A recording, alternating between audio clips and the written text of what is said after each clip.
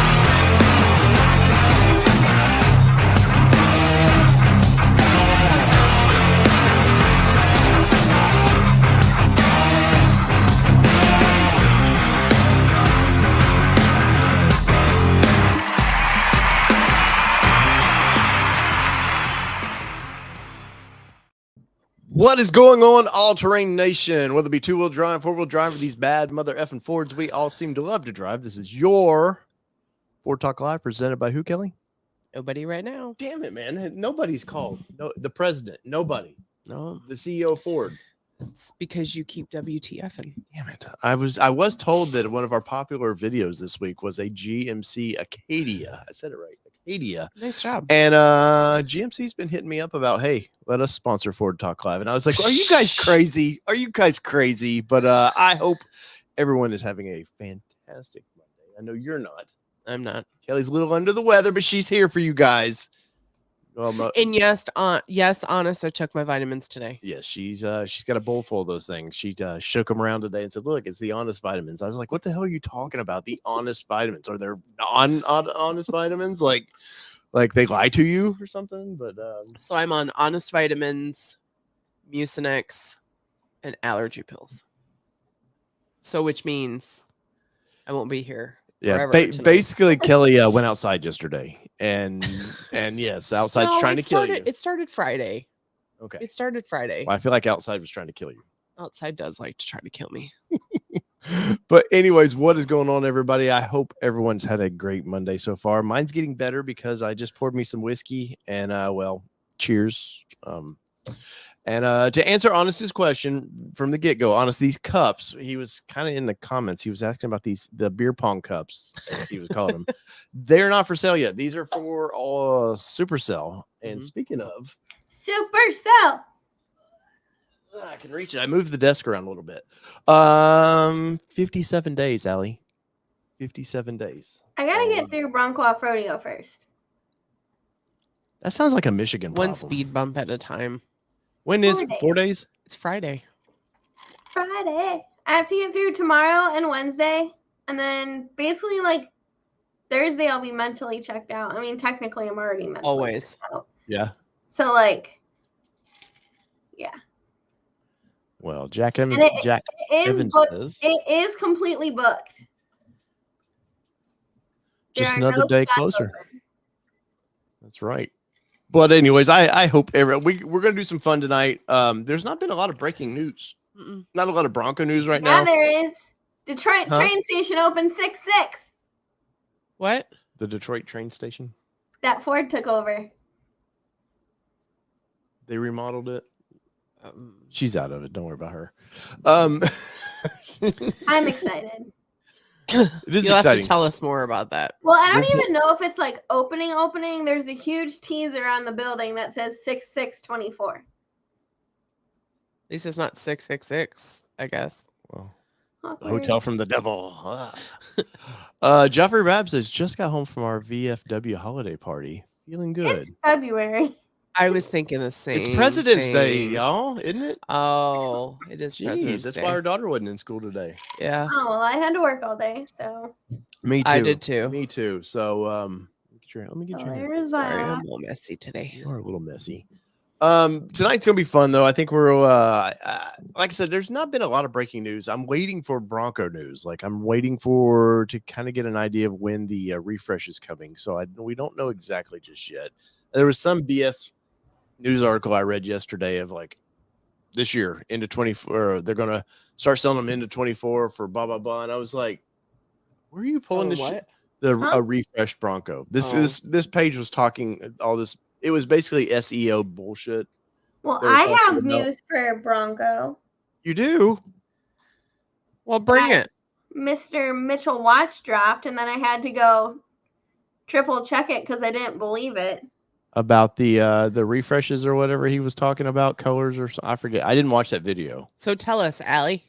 So you can get body colored painted hardtops. That's right. For the second part of 24. But they're not on the build and price yet because I did look for that. Not yet, but I have been told that we're getting them. Do you have a rough idea of what pricing might be? Any ideas? No. Is it going to be more or is it going to be an option? Oh, I'm sure it's going to be an upcharge. I mean, I don't know. I'm thinking $3,000 upcharge for a painted roof. I was thinking like 1,500. Holy crap. I want to say, let me pull it up. I want to say Jeep charges. I'm out. Let me go over to our buddies at Jeep. And Azure Gray or Azure Gray, whatever we want to call it. Because, like, it looks good with gray. Let's see. All right. We'll see. I would assume. And we know this is Ford Talk Live. This is bringing up for a reason. But we're usually they stay kind of. That color is hideous. I love that color. You take that back. It actually looks pretty decent in person. Nope. All right. It's like a highlighter. We have a few gladiators in this color, and one of them they did a black glossy roof, and it doesn't look good with that. But I don't think it looks bad. Let's just do a quick build here. It doesn't matter on color. I want the roofs. Where's the roof set? Doors. There's the roof, and it may not offer that for this trim. All right, let's go back. Let's go. Yeah, but that's the thing. They haven't told us if it's specific to a trim yet. I would think it would be. I would think Badland or keep scrolling. Big Ben's not going to get. Don't get distracted. Those options. I'm not distracting. You are. You're too busy talking.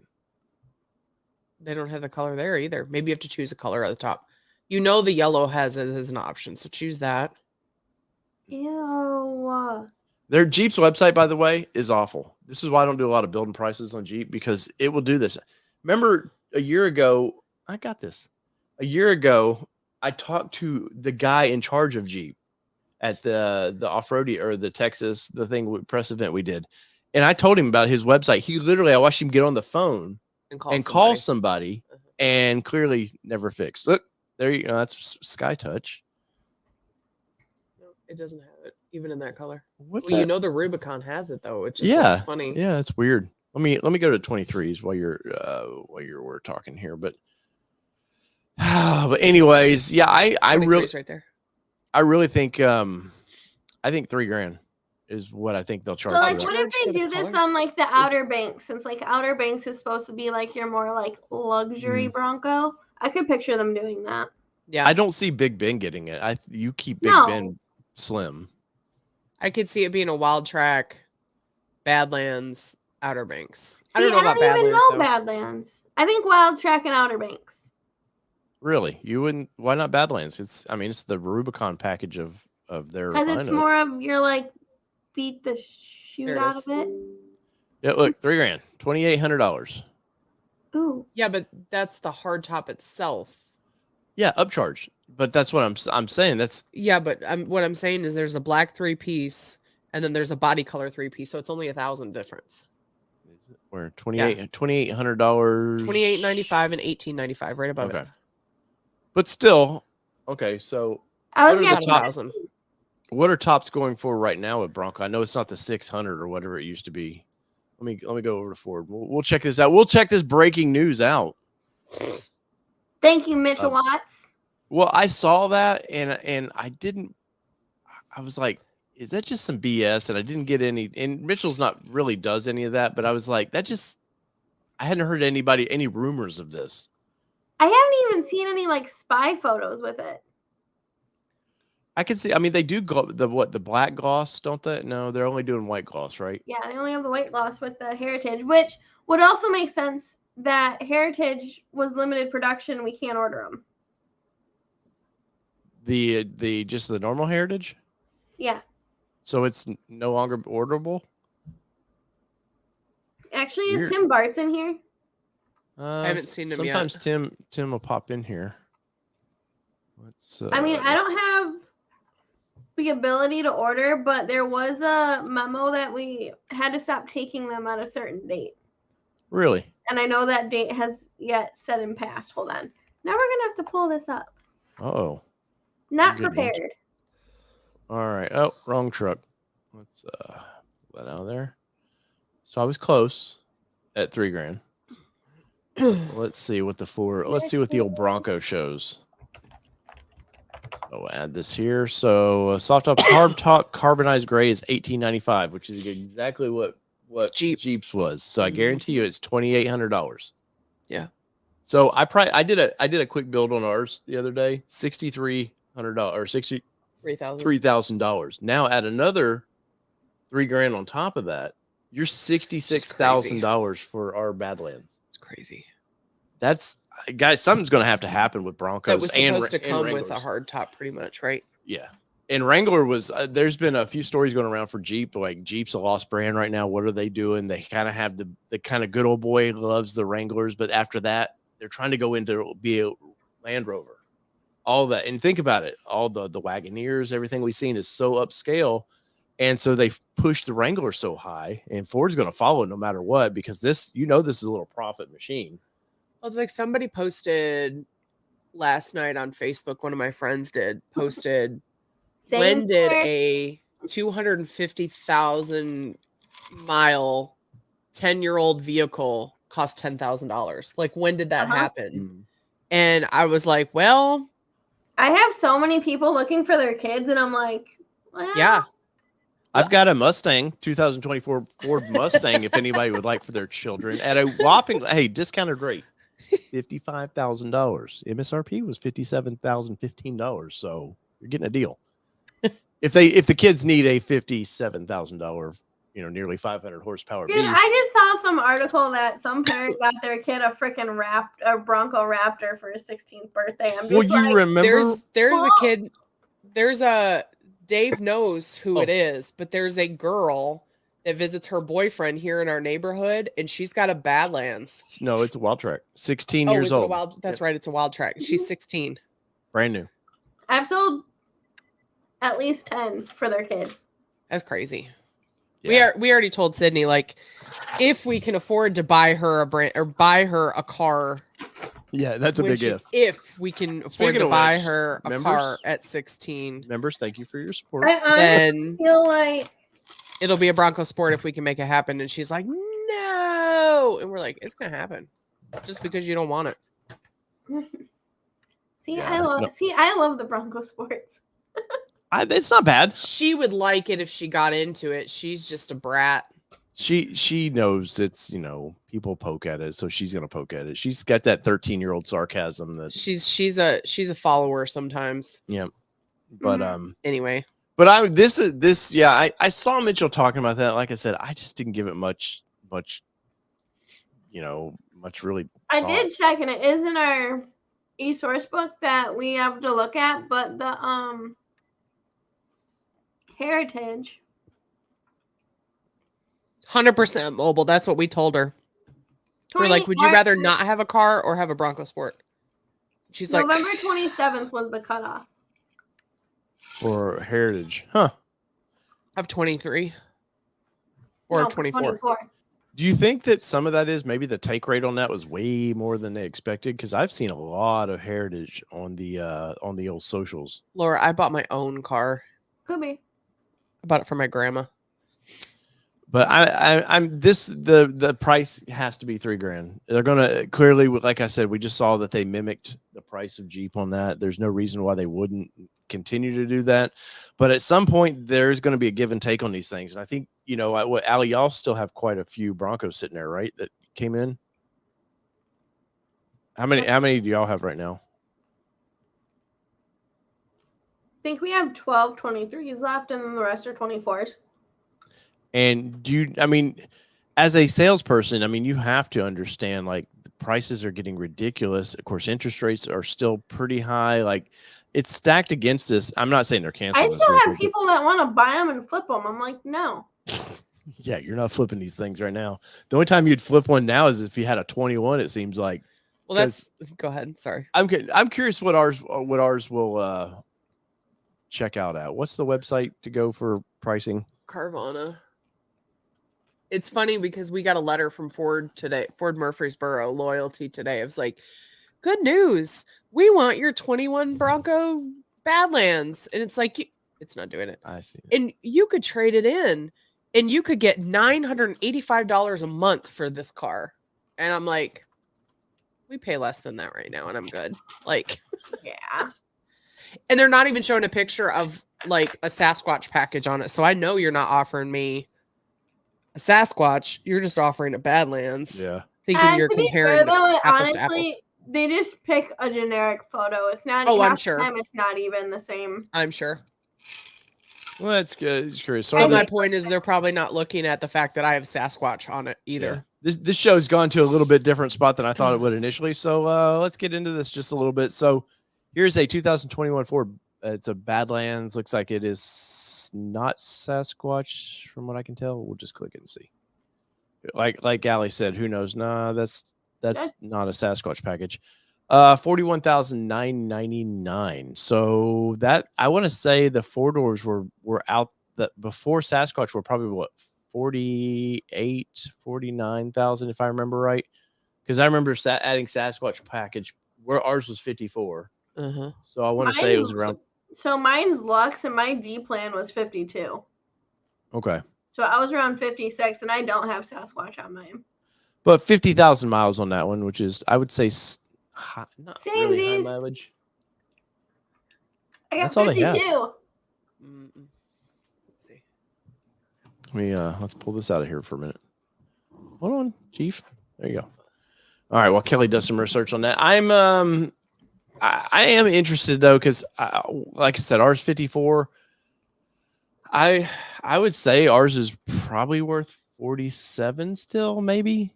I mean, we're under 30,000 miles. Fairly well taken care of if they don't watch the videos. Wow, literally the only two Broncos they have. Right. Because I even had them look at Michigan. So I don't. Have you had many used ones pop through there, Aly? Mm-hmm. What do you? What are they kind of going for? I mean, That's an I would open question. It really depends on miles, all of right. it. I mean, I'm just looking for some sort of idea on it. Like, I mean, if say ours was 54 and now it's basically 64. I mean, to buy brand new. Yeah, to buy brand new, I wouldn't say it's 38. You know, I mean, because the price keeps increasing. So in my mind, they would hold its value a little bit. I mean, they're dropping. I mean, there's a lot of them. I mean, I just had a guy trade in his Big Bend, and it was like $8,000 less than what he paid, 8 or 9. Yeah. So Kelly found some here. So here is a that looks like somebody sent it. 46,295 for that one here, and that was with 8,600 miles. Who only has one with 8,600 miles? They must have wrapped it and hated it. That's what that looks like. Here's a one with 31,000 miles, relatively like ours, but still, it's not a Badlands package. Package though. Yeah, $45,000. 22,000 miles. Generic photo on that one. Here's that's at a Ford dealership, and that's a Big Ben. That's not even. Yeah. So there's two. Yeah. Or yeah. Two on Auto Trader. Well, here's the. Did you look at the price though that you asked? I didn't put a price in there. I'm just curious. Did that make a difference? It put one other up there, Wild Track. 2023 Wild Track. That's new. So it is interesting to see. Special. I've been thinking about the Bronco quite a bit. Of like, where does it top out? I've had a video idea for a while I wanted to do on the Raptors, because at some point Raptor, you would feel like it has to come down, or they cannot keep increasing the price to. So then what happens when it comes down? No, I don't think it necessarily comes down, but they cannot continue to add $3,000 to $5,000 every 6 months to the MSRP of these things, because I'm seeing Raptors everywhere now. I mean, they're not hard to find. And somebody was joking on one of the socials today that, hey, these people have a Raptor and they're still trying to get 10,000 over. Yeah. And I'm like, man, if you just search a little bit and you're willing to drive or fly somewhere to pick one up, I've seen deals on them now. Yeah. I'm seeing, I want to say I've saw like $2,000 to $3,000 off on one. So, I mean, not that in a $93,000 vehicle, that's like still pennies, but, I don't know, man. I don't know where the, this thing has to top out. And I blame Jeep a lot for this because I don't blame Ford. Ford's just like entry level price. They wanted to get it cheap so people would want to buy it. We all knew they were going to go right to Jeep's price. Well, Jeep keeps jumping their price of these things up. Right. So, and then the fact that, Jeep's now pushing everybody to the 4xe platform, which is just awful. I would never buy a 4xe. That's, and a lot of states, there's 16 states, I believe, that you cannot buy a gas powered one. You have to order it. You cannot go to the dealers. They're not allowed to stock them. It's crazy to me. So, and then the current administration is finally starting to relax the, that 30 or that 2032 deadline there, because dealers have had enough of this. They're like, look, man, nobody's buying the EVs. It's not even that. The administration is literally cramming it down our throat, and you have more people. And like, I don't mean to make it political, but when it comes to electric, it's 100% political. Right. Because they're cramming it down our throats so much. If they would just stop and let us educate people on it and like let them test drive it, let them feel the options out instead of seeing all the negatives. I like the idea of some of the electric vehicles. I'm not saying like everyone bashing the F-150 Lightning for not being able to tow. You don't buy a Lightning to tow. Yeah. Right. No, plain and simple, you don't. And if you do, you're towing something small. Obviously, you can't tow 13,000 pounds with it. Let's just make this logical. Yeah, but I've seen around 3,500 pounds just like destroy the range. I mean, and 3,500 pounds for that vehicle is nothing. No, but I mean, again, it's not meant to tow. Like, it's that's a truck. the thing. They sold it as a truck. These things are just coming out. They have to be tested. We have to go through like the pros and cons of it. There's always going to be issues with the first year. Whoever tells you they're going to be perfect, like, they're dumb. Like, right. There's no way. And like all this technology is just coming out. We can't just like force it. It's annoying. Well, but Ford sold us as a truck. There's like, hey, this is an F-150, like all of our other F-150s. I don't think Ford. I think they were in such a rush to beat Tesla to have the first electric truck that maybe they overlooked some things to be the first. I don't think electric ever is going to tow well. I mean, I haven't heard anything good about the Tesla semis. I haven't heard anything about Rivians. About what, Rivian? Mm-hmm. I don't know anybody that really tows with Rivian. I feel like I've seen maybe on the socials somebody with a small camper trailer or something, but nobody that was going to report their mileage. But no EV is made to tow. Tesla Cybertruck is having huge rust issues. Well, they don't rust because stainless steel doesn't rust, but it will corrode. But we saw where they were talking about the Cybertruck, whatever that was on top of it was causing. Yeah. So after a rain, this is the dumbest thing, but it's not dumb because it's stainless steel. But after it rains on it, you're supposed to clean it, and there's a polish you're supposed to use on these things. Well, it wasn't sold that way for one thing, so that's kind of a deal. But when they pick them up, they are told how to care for this vehicle. Just throw a freaking clear coat on it and call it a day. I don't think it's that simple. I don't know much about stainless. In Peugeot or Mobile might know a little bit better on that. Okay, but I'm not clear on that. But we got a congratulations. Mobile here. says our keeper's friend. Oh yeah. Hold on 1 second. I gotta go check on my dinner. All right, go check on your dinner. RR Raptor 24, who is he's got a beautiful blue Ranger Raptor on its way, and we sat in a beautiful blue Ranger Raptor. Pretty much the one he's getting. Yeah, but he looks like he says my Ranger Raptor is at the body shop getting graphics and bed liner. Estimate shipping for 3/22/24. I would a couple of weeks on that shipping. But I have seen where they're taking press out to Salt Lake City, so that's coming up in the next 2.5 weeks, something like that. And I have a feeling that normally there's an embargo of a week or two. I have a feeling on that one it's going to be they drive them in Monday, videos can drop Friday, and then slowly they start pushing these things out. And you guys know I'll be covering that. Or Raptor, I would definitely be all over that news when the okay to buy is granted. So stay tuned for that. But ours is scheduled as of right now, scheduled to be, rumor had it 319. 319. Somebody said 319 exactly. So We shall see. I don't know when she comes. Till we get the sticker. Yeah, when she comes back, maybe we'll know. But we're close. Look, it's 219 now. No, that's why I put in for a bid on a Carvana Mustang today. Right. But funny thing about that is that because it's so new and they literally have no 2024s. Literally. They have to review it.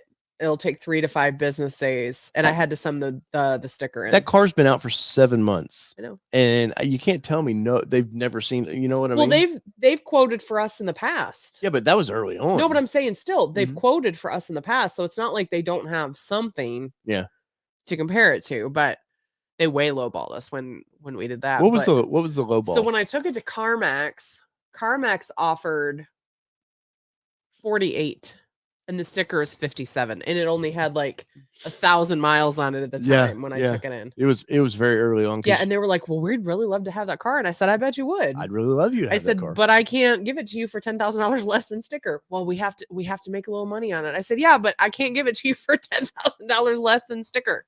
Right. Let's see. Mobile says, I've done work for medical devices. It's important to prevent corrosion.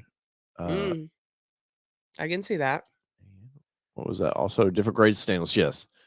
And that's why I don't know. And Peugeot said, agreed, not a problem to wrap stainless. No, there's been a lot of lots people wrapping. The only thing with wrapping, I got to thinking about that. You will get moisture through the wrap. Yeah. So will you go to pull that wrap off? Are these people going to be What's like, going to happen under it? Yeah, you're going to be like, oh, it looks stained or something that you can't get out. But it's stainless, Dave. No, but like a corrosion stain. I don't know anything about it, man. That's, DeLorean didn't work well at the end of the day with stainless. So had a lot of problems with that. I commend Toyota. I commend Tesla for trying something different. They got a shit ton of orders. So clearly people were excited about it, whether people crap on that thing or not. We saw it in person. It wasn't as bad in person as I thought it might be. But then again, it's not built for me. At no point is that a truck in reality. But I will be curious when wraps start coming off these things. Like, is there some issues with it? And do Tesla suddenly, is there next year that it's not stainless? And I've been thinking about that quite a bit of like, we'll do some normal steel bodies. Maybe. So we shall see. Who knows? I mean, this isn't Tesla Talk Live, but welcome everybody. Kelly's a little under the weather, so we're not going to do the normal traditional thing. But I also wanted to say thank you for that $4.95 super chat. $4.99. $4.99. Sorry. Don't skip on that 4 cents. 4 cents matters. It does matter. But we do appreciate that, sir. And I think Mr. Raptor found us on Ranger 7G, 6G. I'm not sure, but your wife fills us in all the time on how excited you are. Yes. So we're keep the news coming. Tell her to keep telling us all about it because it makes our day. I guess he's a rigger of some sort. Yeah, out in the ocean. Yeah. So thank you for watching us out in the middle of nowhere. We do appreciate that. I'm going to quickly say hi to a few people since Kelly is a little under the weather. We got Mr. Randy in here. Pink hands, man. There you go. Honest, once again, I did try to answer his question there. Bryce Gardner in the house. And Peugeot. Who's this All-Terrain Nation in the house? Let's see. Jeffrey Babb, Minall Productions. David Carson. He says Carlson. I need my glasses, basically. They're right there. My ex, but then there's a glare. My ex had a Mustang too. Well, it's probably for better. We're gonna get in to live with the cat. We're gonna get into some of the worst Fords in a minute because I thought this will be fun. I was looking for something to talk about, and I thought thanks, Sally, dude. I appreciate it. I thought it might be fun to talk about. Our Raptor says she's so nosy. Oh, Nelzar, I'm late, but I'm here. Love the build and price. I did a build and price on the we'll wrap this little bit of news up. I did a build and price on the new 2024 Ranger XL. And I know Aly hasn't got to see the XLs or the lower trims in person just yet, have you? I know they probably shipped. You seen the XL? So XL surprised me. So I wanted to do a build and price on that. And as I was researching that, I didn't realize you could get a rear locker for that truck. So if you want a 4-wheel drive, you want a kind of entry-level truck, nobody does their entry-level trucks with the optional locker. And it was only $420 to add that. And the only thing I needed to add at all. No, and the only thing I needed to add past that was a bed liner, because I would be damned if I'm buying a pickup truck Miss America? without a bed liner. And I was surprised. Yes, it was, I forget what the price was, around $39,000 or so. But in a world of the new Toyotas are all the rage right now, you cannot get a decent, what I think the TRD Sport with a rear locker is mid 45s to 50. So the XL looks great. And remember when we saw the XL, we were surprised at the interior of that thing. It's cloth seats, but they're not like, it's not this cheapy cloth anymore. The newer cloth seats we see. It's really nice. I honestly think kind of the best bang for your buck is the Ranger XL, just with what you're being offered now.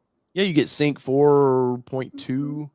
It says, I'm curious if you know this, but it says Android Auto and Apple CarPlay compatible. Does that mean they're charging for that service on top of that then, or? Mm-hmm. So it's probably just the plug and play then, right? It's not wireless. Okay. I was curious about that, but still, you know what? The wireless to me is always a pain in the butt. I usually plug in. An issue with mine. We have what? The Apple CarPlay. It's not ridiculous, but it will get fussy from time to time. Yeah, it can get. We have to tell it to forget. our radio, our phones and resync them. Yeah, our radio though has been a little fussy. Finicky. Yeah. Where did I see? Oh yeah, so I have to break down and do my. Oh my god. Did you guys add the cat skin for Supercell? We actually were talking about that yesterday, that we need to find somebody local to be able to install it here. Yeah. So the plan, we haven't installed it yet because there's just been not a rush. I know you did. We're very aware. Aly had us hooked up, ready to go. We were going to drive up there and drop the Bronco off, and well, damn it, didn't work out. I forget why. What happened? I forget why. What happened with that? I think it was the Mustang. When we were going to pick the Mustang up, there was some weird timing. No, it wasn't. What was it? Some event you were coming up to. Was it the Ranger event? No. It was a Hollyoaks event, I think. We couldn't come early or something, I think is what it was. Either way, it will be in the Bronco at Supercell, or else Catskin's going to cat skin me. So, yes, we will have that in there for that. And so if you're coming to Supercell, you're going to see our Bronco is going to change quite a bit. We're going to have the new Icon lift on it. 2.5. Yeah, 57 days. Oh, that's what I just looked at him and I said, is it? We're going to have finally the ARB pump and all that is going to be installed. I've got and I think he forgets that literally softball season is about to start. And he's going to umpire. There's not enough time. There's no problem. What do you want? Hey, Mark King, you heard that, right? There's no problem. But we got a new grill to put in the thing. We got the ARB pump to put in that. A new bumper that should be here Friday. Skid plates. Yep, new skid plates. So, yeah, there's a little bit of work to do on the old Bronco. And we got some badging to put on. And, yeah, no problems. No problems at all. For those that are in Michigan, though, we have what's called spring at a normal time. So from March on, we kind of start getting warmer. Well, funny you say that, because next week it's supposed to be 50 and rain. So spring is here. That's our usual. 70s here next week. 70s in Texas on Friday. Dang, that's better than 105 when we went to Ladies Off Rodeo. Yeah, that'll be nice. That was hot. That'll be nice. Mark King is here. I heard. Let's see. You guys should get Starlink can do a nightly stream. That we do plan on doing a stream at Supercell. Thankfully, we may not need Starlink to do it, because our cell phones get a good enough coverage for the most part. Yeah, down we there. were pretty good coverage on that. So we don't have the Jordan Parker bank account, so we couldn't afford Starstream or wait, Starscream. Wait, that's a Transformer. Starlight. Anyways. Bronco 78. I'm sorry to hear that we'll miss you at Supercell this year. What? But I understand. What? Yeah, he said he had to go to his aunt's Memorial. memorial in May. Oh, Man. sorry. For loss, Well, sir. Craig, we Missed will that miss you, part. sir. Oh my god. Let's see what skids we partnered with Lifestyle Off-Road for a full skid. Well, I didn't do the gas tank skid, so we have a Badlands, so I didn't. I'll be honest, the Ford skid for the gas tank is double layered. When I beat the piss out of that, we'll worry about that. But I went the rest. I already have their front bumpers, so it just links into their front skid, and we'll be fully skid after that.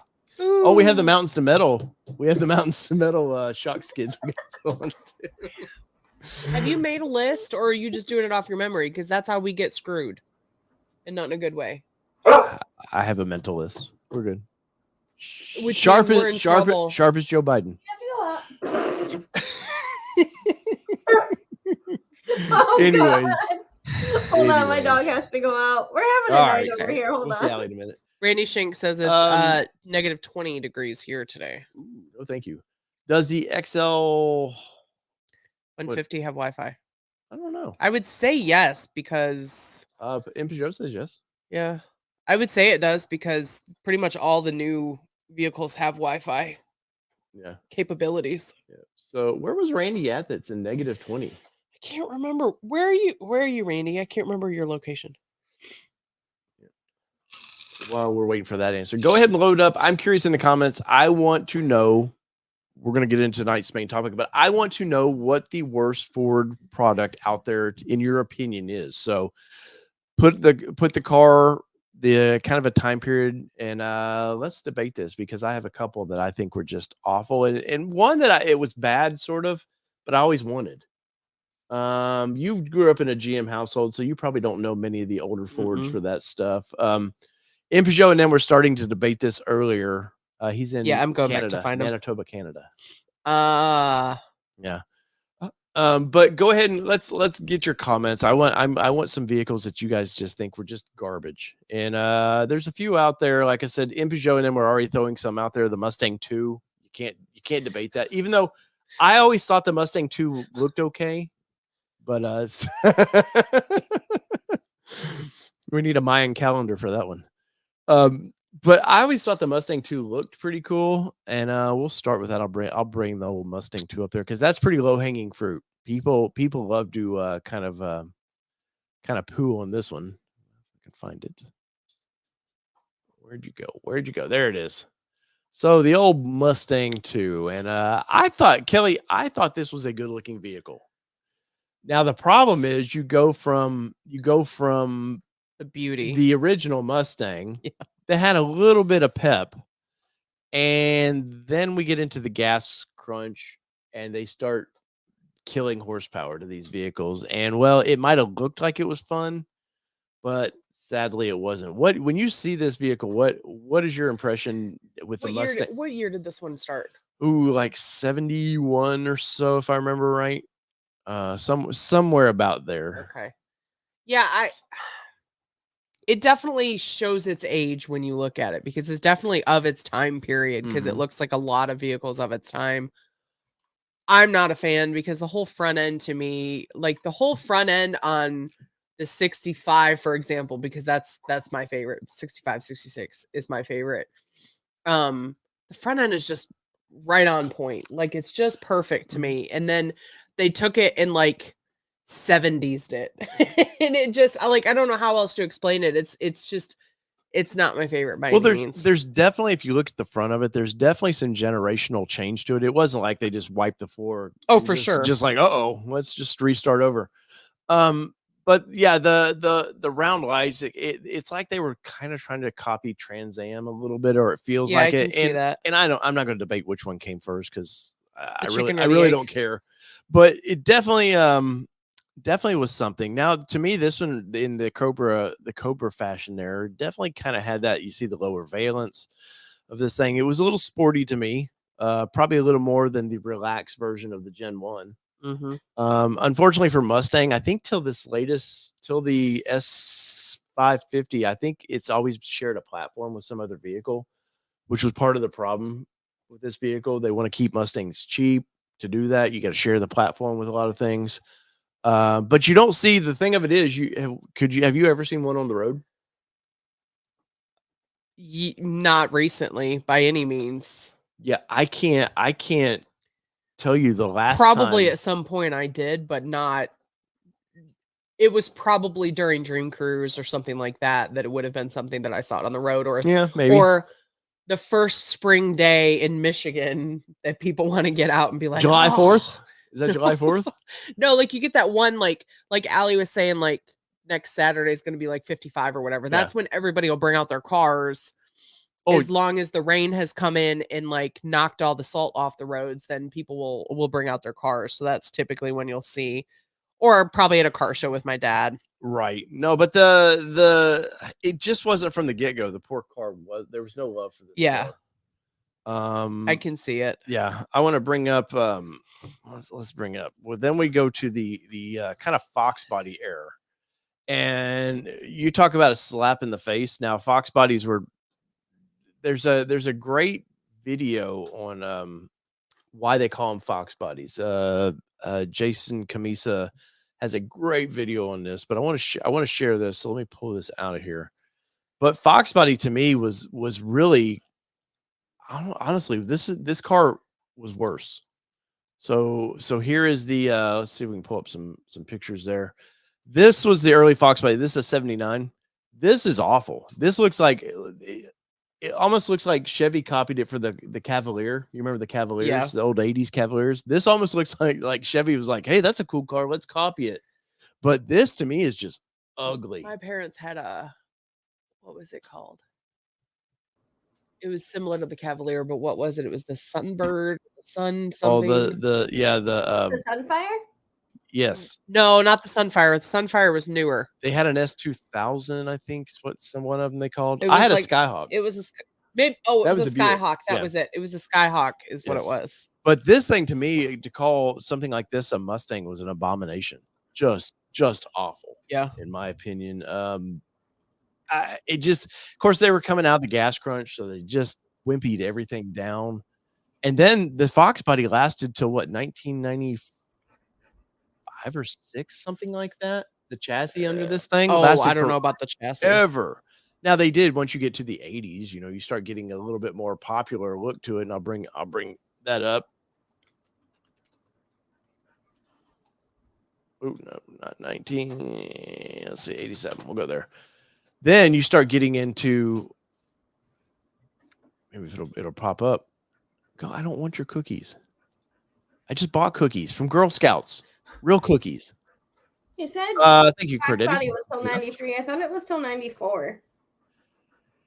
Yeah, I thought it was 94 was the changeover, but I thought even that was still based on Mike Levine liked my message.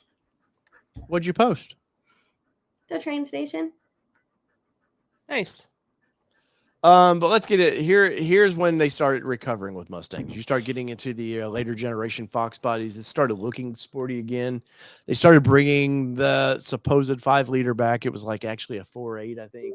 They ended up getting sued about it for calling it a 5-liter because they were lying to people, even though it was a cool engine no matter what. But this was my childhood right here, a white Fox body. Now, at the time, I was a Firebird guy. I wasn't team Mustang. Yeah. But I always respected this car. I thought they looked great. It looked like somewhat of a muscle car, especially when they started doing the old convertibles. And I'll see if I can find out. Let me pull this out. The old convertibles to me were the cat's meow. But and then you go Ice Baby, that the white one, one of my sister's best friends had that, and had the what they do on the back window, you know what I'm talking about, the shutters that they used to do on the back, essentially, because I can't think of the word.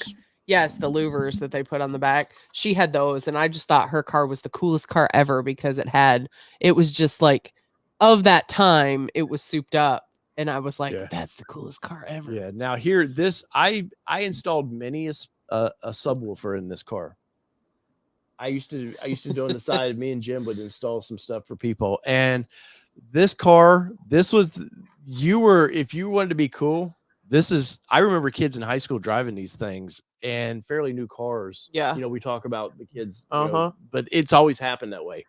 But this was definitely a pimp ride. Now the interior of this car does not hold up whatsoever. Look at this thing. That is like, did Scotland invade the Mustang all of a sudden? We get the plaid. What'd they do on the Heritage? I know. They put plaid in the Heritage Limited. But Limited, right? They wanted that kind of Hearst no, style. and the regular Heritage too. Okay, so both.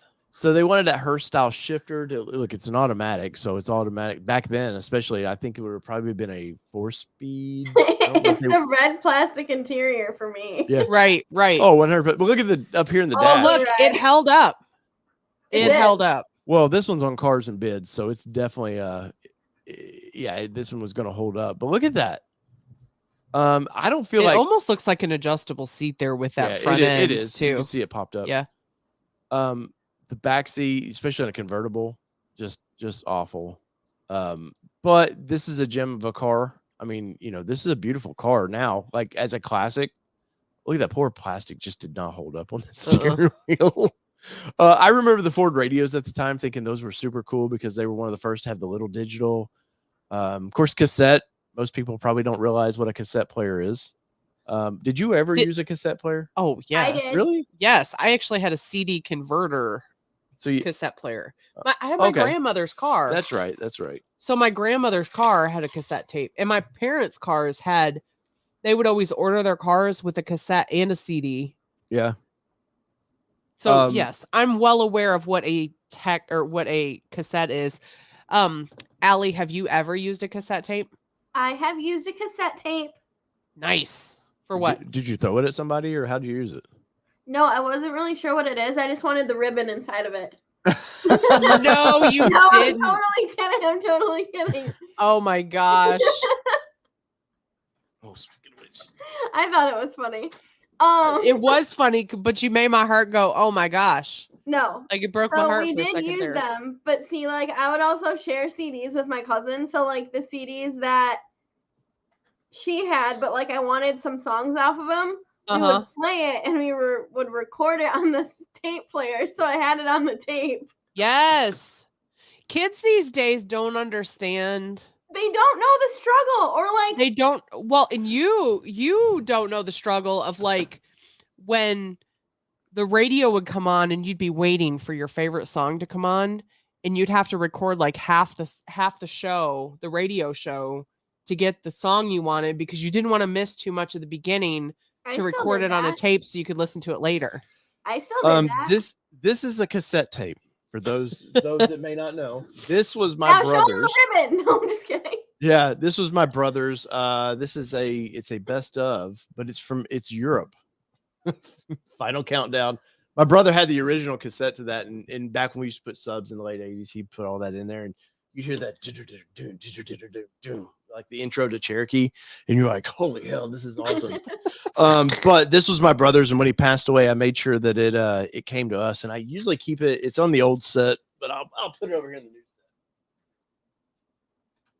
But the struggle with cassette was in some of these cars, they would have some sort of magnetic area. My 95 Firebird had in the little center console. Yep. I would keep my cassettes in there, and something in that center would like, you know how you get near a magnet and then it would wipe it. It would wipe part of it, but the further you got deeper into that, it would start longer wipes. Oh, it used to piss me off, man. And I never learned what that. Honest said 8-track, baby. I never did have an 8-track car, but I did use an 8-track. I remember 8-track didn't last long, but I was at the tail end of 8-track. Big DW says CD player in the armrest or the trunk. Yes, or the glove compartment. So I had a 1980 or 1990 Buick Regal. So it was the same sort of as their Lumina, the GM's Lumina, stuff like that. It was a grandma's car. But the thing had a little 3.6 or so V6 in the thing. It was spunky for the time. But when I was running the guitar shop, we were getting our driveway paved, our Mhm. parking lot, and somebody got off their little the roller, got off of theirs to do something, and it rolled into my car. So it just crushed the front fender of that. And as stupid as I was, because I was a dumb kid, instead of getting it fixed when they paid me to do it, I went out and bought a 10 disc changer and put in the back of that car. Like, because stupid kid, but I thought I was the coolest thing because I had the little remote up front where I'd be like, yeah, I'm gonna switch that thing. And it worked. If I remember right, it worked through the antenna.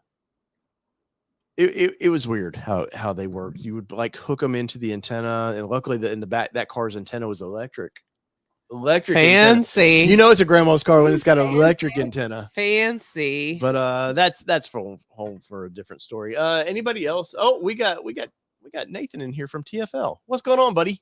Oh, the Ford Aspire, the Festiva, my Pet Boys one-sided cassette player. We had fast forward. I do remember some cassette players like that. It was weird.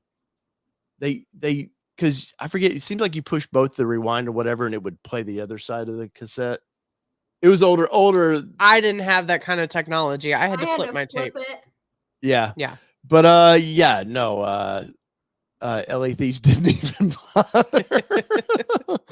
There's a bunch up here. Let's see. Kelly's got some starred here. Let's see. Edsel was the worst Ford ever. I cannot disagree with that. That poor brand just. Edsel was like a sub brand of Ford, if I remember it. I'm not that old. Nor Coke, please. Nor do I. I'm not I that care old. about the Coca-Cola, by the way. There's no mirrors up here, so I wasn't worried about that one. Jeez. No, I was waiting for somebody to make a comment. Let's see. Drinking So Anna says the arrival. Mustang 2, Edsel, and the Aspire. Mine's 0 though. So Honest is along with Nathan there on that Aspire. Let's see. Jeff Cordetti. What's wrong with you tonight? By far the 2008 through 2010 Super Duties. 6.4 billions of lawsuits. By far the worst truck of its generation. I like the F-250 from that time period. What, Allie? That's when I graduated. What year? God, I'm old. 09. Oh my God, god. I'm old. Our daughter, we were pregnant with our daughter in 09. I know. And she's 13. Trust me, I already feel old. You'll one day you'll really feel old then. Oh, all right. So one that's kind of overlooked to me, and I'll see if this shocks you guys, was the Ford Flex. Oh, somebody called. Somebody Did said somebody say the Do Flex? you know All how right. many Let me find people are mad we got rid of that? Well, here's the thing: it was a sleeper. That was a There's little a sleeper. cult for this. Yes, it was just so. It was like they copied Honda with the Element.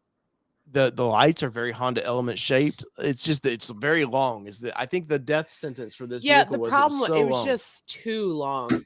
Like too long and too short. Like it was, had it been a little taller, maybe Mhm. it may not have died as badly as it did, but it was so wide and so long. And it just looked narrow for the length of the vehicle. It just looked weird. Yeah. Ow. Is Michael she getting Cooper. you? No, I just banged my elbow on the desk. She's so mad about the Flex. Can't take you anywhere. No, but funny story about the Flex. Go ahead. So, like, when I started, ow, she's really hungry. I'm giving her the rest of my dinner. Nathan, hold on a second. Nathan, by the way, I want you on a Saturday show to talk with me and Tim Esterthal about mid-sized trucks. So I'll reach out to you. Yeah. Go ahead, Allie. So, like, 1 year sales consultant, you have to take, like, tests all the time to, like, keep your status up or whatever through Ford. Mhm. I hated doing them on the Flex because, like, I didn't like selling them because I thought they looked like a toaster. Didn't like anything about them. But literally, they were the easiest sell. Like, the Really? minute Because people knew they wanted it, they were coming in, right? When people drove it, they fell in love with it. Was it a third row? I don't remember. Yes. Okay. So 3 rows, fell in love with it. It was honestly, I thought it was smoother than the Explorer. What platform was it built on? Do you That remember? I don't know. That's okay. I was just curious because because it's longer. I know we had a friend that he tuned his and took it to the drag strip and was whipping everybody in this little thing. Yeah, and everybody laughed at him when he brought it up, and then he'd whip their ass. Yeah. Yeah, and that's the thing. Like, we would try and trade people out of them, and like nobody wanted to give them up. Really? It's wild. There's a cult.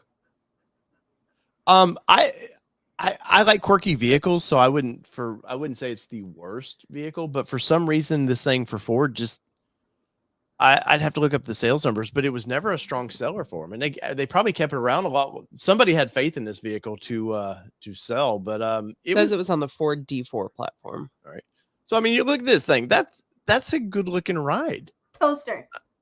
Well, 100%.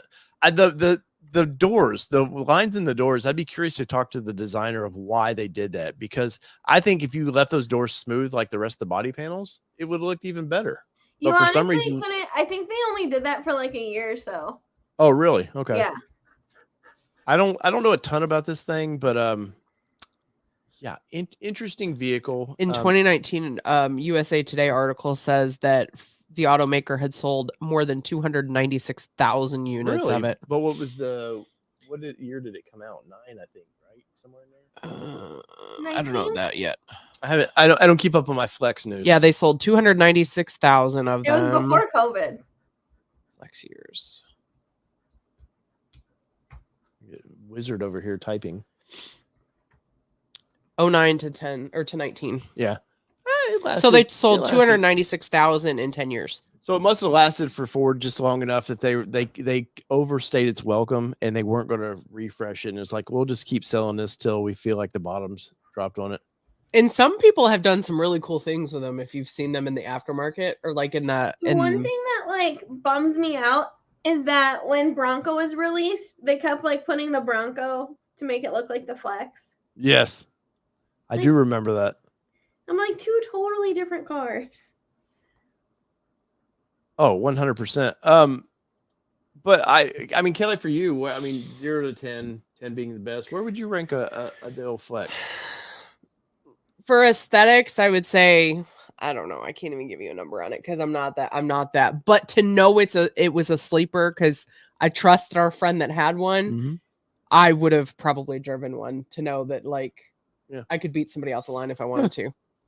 Yeah, I believe it had the 3.5 EcoBoost in it. And the fact that it had the third row, you know me in a third row. Hey, guess what? Rows. The third row would have been helpful this weekend when Sydney's best friend's mom's car died on her, and we could have taken all the kids to the bowling alley this weekend. Guess what? I would have had a third row and it would have worked just fine. Just saying. Yeah, no, thank you there. Aly, so it was a toaster to you, but I mean, did you appreciate it? No. It actually drove really nice. I want to give it shit, but honestly, it was a really good car.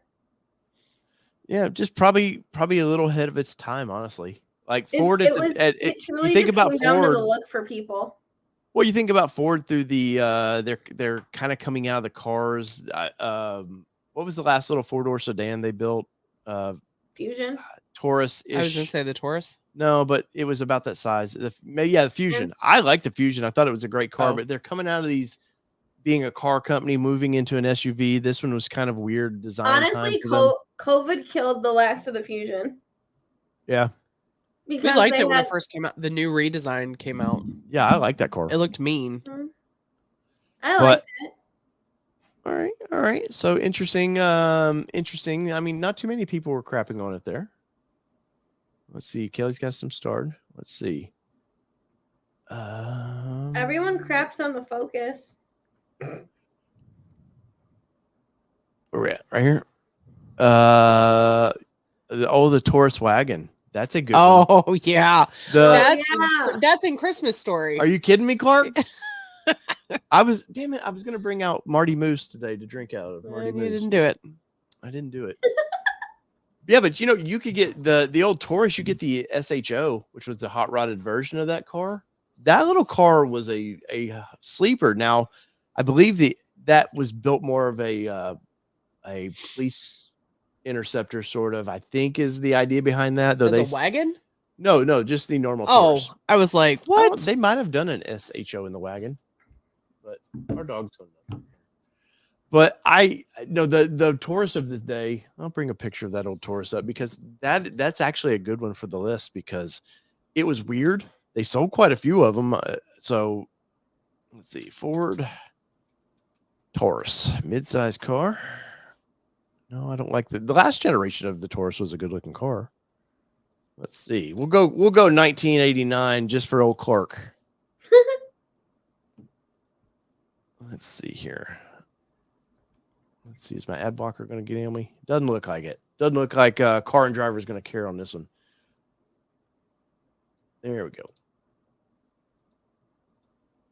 So, I mean, spacey, for 1989, space shuttle era, kind of future. That's what we kind of thought the future might look like. I can see it. I mean, I remember seeing these things in RoboCop, the 1987. Never saw it. The original RoboCop, that they kind of put fender skirts on them to make them look somewhat futuristic. But yeah, this car was interesting. I remember the awful cloth seats in this. I was bragging on Ford's Ranger cloth seats. The late 80s, early 90s cloth seats were awful. Especially, of course, a lot of people smoked in their cars at the time. So if people would drop their cigarette on the car, like it'd burn a hole through the thing. Just looked awful, man. My high school boyfriend had a Buick, I think a Regal actually. And like it was the most comfortable car ever, like because it had the granny seats in it. Mm-hmm. And they just don't make cars like they used to from that comfort perspective because they just don't live up to. Look how intense this car was. Ooh. Look how intense that car was. The photo says it all. Can you imagine? I mean, it had probably upwards of 130 horsepower or something. It was shaking the ground when it started. But look how long, we were making fun of the Flex, but look how long that is. Yeah. That's a long car, man. It is a long car. You think it's as long as the Fusion? No, I think no. Let me find out. Oh. Because I know they changed the Taurus show later, but I think that kind of looks like as long as the Fusion. So what is this called? This is the Taurus 1989 Taurus. Mm-hmm. Oh, we can buy us a 89 Ford Taurus SHO. You okay? Let's bring this up here on screen because it's weird that Ford went this way. Like I said, it had to be because they were trying to make these police interceptors, but it was interesting that they would go try to make this thing a sports sedan. So it was close. What? So the Ford Flex was 201.8 inches long, and the Ford Taurus was 188.39. So about not 20 inches, which isn't much. Yeah. Well, no, not even 20. 13 inches. Yeah, so almost a foot. Yeah, so just over a foot longer. So it's really not that much longer. But so this is the SHO, Kelly. So this was the spunky one. And it's famous only because I think Conan O'Brien had one, and it was part of his show. And every time he moved his show, the car went with him, and he still has it to this day. He still owns this car. But interesting. Look, it's got a wing. Can you imagine? That's sporty. I bet the dad thought he was cool because back in the day, 4-doors were not desirable. You wanted a coupe. You did not want a 4-door. Now, why that switched, I don't understand. But yeah, look, it's got SHO in the bumper. It's got that wing on it. So the downforce is going to keep you when you're on the racetrack. It's going to keep you down. And pretty interesting. So yeah, the Ford Taurus made the list. Let's see. He's reading everyone's comments. One to me. So I'm going to bring this one up. Well, Kelly, if you'll, I'd see. I don't even know that one in Peugeot. We'll have to look that one up. So, see, the Maverick looks like the Mustang did. Well, there's a reason for that.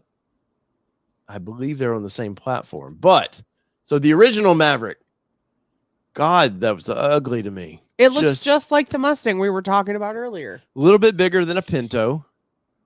Pinto was mentioned in the comments. Pinto's coming up. That's why it's in the main. That's why it's in the main screen there. But in the Q box. Yeah, but it was interesting when Ford decided to call the new Maverick a Maverick. People were pissed off. There is a crowd that loved this old car. Well, in full transparency, I didn't know that this was the car that the Maverick was about until you were pulling up pictures earlier. I was like, wait, Maverick. Way before your time frame. I mean, no offense, the Ford Maverick should have been the size of the Ranger. But it sold its butt off because I think the Ranger because should it's have the size. been the size of the Maverick. There we go. Well, Reverse because that. honestly, if you think about the Maverick size, it's the same size as like your dad's Chevy S10. Oh yeah.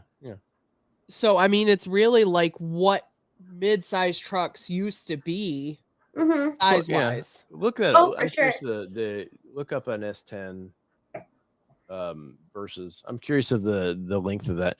But Maverick on this thing, like it was very controversial. Ford's going to use that name Maverick. At the end of the day, the name, there's recognition, brand recognition with Maverick, even though nobody of younger generation is going to know what the hell it is, but except like, oh, Ford Maverick, I've heard of that. And interesting vehicle. They were kind of turds, like a lot of things from the 70s. Nothing ran right. They're trying to They're kind of turds. Well, I mean, when you got the fuel crisis going on, you're trying to make these big engines, run like the import 4-cylinders, because that's when Honda, Nissan, well, Datsun at the time, and Toyota were bringing their little imports in, like the 510 and all that. Like these cars could not compete with that because they were big engines. So I was right. what is it? So start the conversation. Okay. Can you? She did start it. I'm right. Yep. Right. I did. And so Chevy S10 quad or king cab, or crew cab, whatever we want to call it, 205 inches long. Mm-hmm. Ford Maverick 200 inches long. Okay. S10 68 inches wide. Maverick 73 inches wide. So just about 5 inches. So really probably the overall perimeter of the truck's about the same. And the Maverick is about 6 inches taller. Because it's 63 to 69. Now do this. What is the tow rating for each of those vehicles? Because I'm curious, because Maverick's 3,500, I think, tow rating. It's up to 4,000 pounds. Okay. So, and that's what Kelly just popped up there. So I'm curious, what is the S10? Because I do not remember those specs at all. What is up with you? 5,200 pounds. Okay, and that's probably depending on. Yeah, it depends on how everything is equipped, obviously. Well, but this is So this for this specific crew cab that we were talking about before, an 04 5,200 pounds towing capacity, and Ranger 7,000. Yeah. So I mean, body on frame versus unibody construction, so I can see that a little bit. So, but still, overall, I wouldn't put 5,200 pounds of my dad's little S10, no, whatever they ended up calling it, because that would just cripple that little truck. And I think he still has the Vortec 4.3 in it. Maybe I forget what they called them in their final years, but yeah, interesting. That is interesting. That yeah, because I was thinking it's comparable in size, and I'm glad to know that I was right. Alcione Ford says the Ranchero is coming back, or is believed to be this year. Let's pull up. I had my best friend's grandfather had, like, he was a Ranchero fiend. He would buy up any of them. I mean, they were all rust buckets. Is that Gavin? Yeah, they were all rust buckets. But let's see, Ranchero. Well, I see some of the old idiot websites. Let's put this up here. So Rancheros. So there's kind of the classic 70s here. Big burly things. They took on the oh gosh, Chevrolet. I forget what my mind went blank at the time. Not Malibu. Somebody's in the comments going to pop up on it, but yeah, it was interesting. This was kind of the Maverick, Prius. So this was like, hey, we kind of want a car, but we kind of need, want a truck. Did you just say the Maverick Prius? Prius. I'm using the word wrong. Yeah, the Maverick Prius. I just let him roll. Thanks, I'm like, I just let him look like an idiot. El Camino, thank you. It was that's it. That's what I was thinking. El Camino and this thing battled. I did think the El Camino looked a lot better for some reason. The El Camino, especially when it had that kind of Chevelle front end from the 69 era, looked a lot better to me. Which is funny because there's a new version of this essentially, but it's a different brand Well, of the Holden. Santa Cruz. Yeah, Santa Cruz is in line with this, definitely. More car. Yeah. We actually saw one yesterday as we were pulling into the neighborhood. Sydney goes, "That's a weird looking vehicle." I was like, "It's a Santa Cruz." It's actually You're They're like pretty saying- capable. very popular for the brand. Yeah. But now these, you got your standard V8 in these things. So I won't say they weren't dependable or anything, but they were definitely a quirky Ford. I'd be curious the sales figures on them. I can't imagine they sold hundreds and hundreds of thousands, but they may have. What are you talking, Ford Ranchero? Let's see if I yeah. can find a sales on it. Let's see if Kelly can find that. Let's see. Subaru Brat. Yeah, there's a dangerous vehicle. Wait, for what? The Subaru Brat. Oh. It's the one that had the seats because of the chicken tax rule. They put seats in the back of it so they could import it as a 4-door or a 4-seater. I think it's 4-seater. I forget it, but it was chicken tax why they put the seats in there. But no, Pretty those. sure that Ford just got in trouble with that. What's that? With the transits. Oh, somebody post something. Later, in Peugeot. Yeah. Thanks. Do you really have to go back out? Ford Ranchero had a lifespan of 57 to 79. So 1957 to Wow. 1979. 30 years. 508,355 units. But that's not a Or lot produced. considering what 30 years. Hold on, I'll be back. Mine's having a 22. moment. All right. Okay. 22 years. Okay.